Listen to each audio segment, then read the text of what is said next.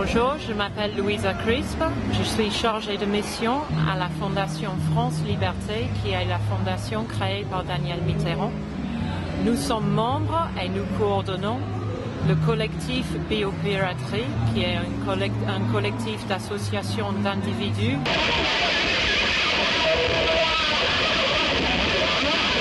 depuis les 20 ans du dernier sommet à Rio.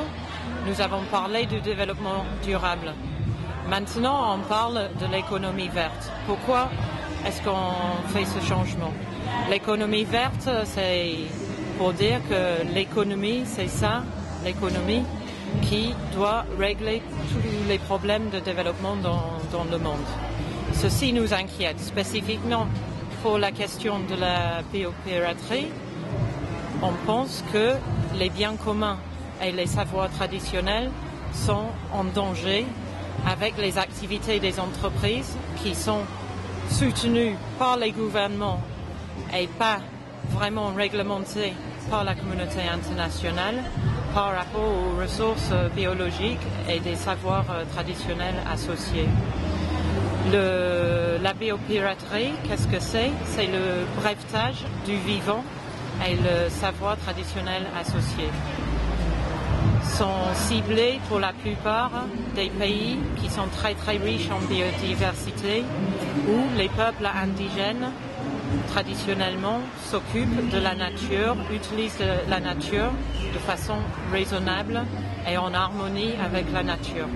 Maintenant, un phénomène qu'on voit grandissant arrive, ou est là depuis un moment, de breveter, donc de privatiser les ressources naturelles, les ressources biologiques et les savoirs des peuples indigènes.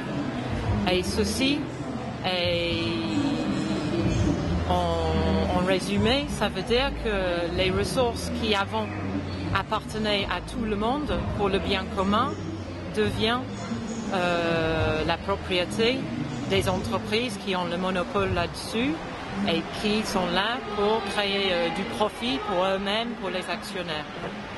Donc on essaie de rassembler les peuples indigènes, les ONG et les gouvernements qui sont intéressés pour arrêter ce phénomène et pour réglementer les entreprises qui cherchent à travers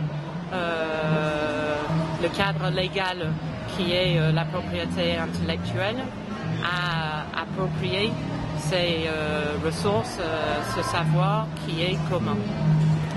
Voilà.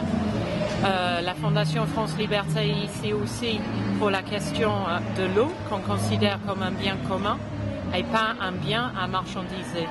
Encore une fois, l'eau qui est source de vie doit rester la propriété commune et non pas être privatisée et devenir la propriété de certains des entreprises,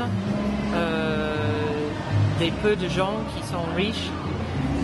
L'eau, c'est un bien qui est nécessaire pour la vie de tout le monde, ça doit être accessible à tous et il faut que l'eau, son accès, soit réglementé par la collectivité publique, les nations et la communauté internationale.